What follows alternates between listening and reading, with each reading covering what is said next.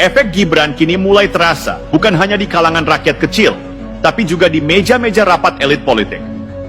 Peta loyalitas yang selama ini dianggap beku, perlahan mulai bergeser. Di dalam koalisi pemerintah, sebagian tokoh mulai sadar bahwa mendekat pada Gibran berarti ikut menikmati limpahan simpati publik. Di luar koalisi, ada yang diam-diam iri, ada pula yang gelisah. Karena mereka tahu, magnet Gibran mulai mencuri perhatian basis massa yang selama ini mereka kuasai. Fenomena ini berbahaya bagi politisi lama yang masih hidup dari nostalgia kejayaan masa lalu. Sebab Gibran tidak datang membawa masa lalu, ia membawa masa depan. Dan masa depan itu dibungkus dengan bahasa sederhana, langkah cepat, dan citra pemimpin muda yang berani turun ke lumpur masalah. Inilah yang membuat serangan terhadapnya sering terlihat konyol di mata publik. Mereka sibuk mempersoalkan hal-hal kecil, sementara Gibran sibuk menyelesaikan hal-hal besar. Ada yang mencoba meremehkannya dengan menyebutnya anak bawang politik. Tapi fakta di lapangan justru membalik narasi itu. Di saat politisi senior masih menghitung risiko sebelum bergerak, Gibran sudah berada di lokasi kejadian, menyalami rakyat, memastikan bantuan sampai dan memeriksa langsung hasilnya. Kecepatan ini bukan hanya strategi komunikasi, tapi bukti naluri kepemimpinan yang tumbuh alami. Dan yang membuat lawan semakin pusing, dukungan untuk Gibran tidak hanya datang dari kelompok pemilih tradisional, tapi juga dari generasi muda yang haus akan sosok pemimpin segar. Ia tidak berbicara panjang soal ide, tapi memberi contoh lewat aksi. Ia tidak sibuk berdebat di televisi, tapi sibuk berada di tempat yang justru tidak diliput kamera nasional, hanya untuk memastikan rakyat kecil merasakan negara hadir. Perlahan, tapi pasti, Gibran sedang membentuk loyalitas lintas generasi.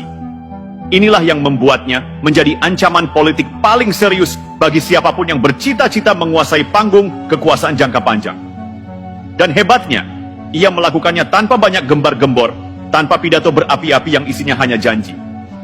Kerjanya yang tenang tapi konsisten justru menghasilkan gelombang dukungan yang makin hari makin besar. Di titik ini, harus diakui, para penentangnya sedang bermain di wilayah yang salah. Mereka mengira rakyat akan percaya pada framing, padahal rakyat kini menilai langsung dari pengalaman mereka sendiri.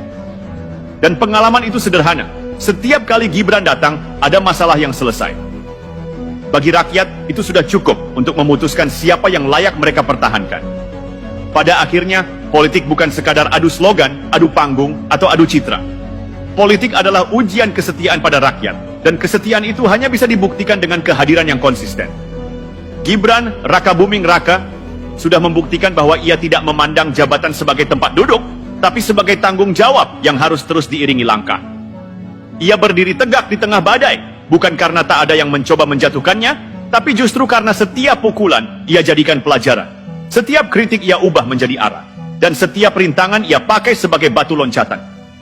Ia tidak meminta rakyat untuk percaya, ia membuat rakyat percaya dengan kerja. Itulah bedanya pemimpin yang dibentuk oleh kekuasaan dengan pemimpin yang dibentuk oleh perjalanan. Bagi mereka yang masih meremehkannya, cepat atau lambat akan sadar.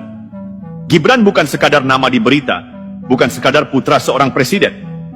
Ia adalah pemimpin muda yang sedang menempa dirinya di tengah rakyat, membangun kekuatan dari senyum pasar, pelukan ibu-ibu, dan jabat tangan buruh yang berpeluh. Kekuatan seperti ini tidak bisa dibeli, tidak bisa diatur, dan tidak bisa dihentikan. Maka siapapun yang menganggap Gibran hanya fenomena sesaat, sedang bermain dengan ilusi. Sebab sejarah selalu mencatat, pemimpin yang bertahan adalah mereka yang dekat dengan rakyat, yang bekerja di antara rakyat, dan yang berdiri di belakang rakyat ketika badai datang. Dan Gibran hari ini sedang menulis bab itu, bab di mana ia membuktikan bahwa ia layak, tak bisa disepelekan, dan akan terus menjadi kekuatan yang diperhitungkan di panggung politik Indonesia.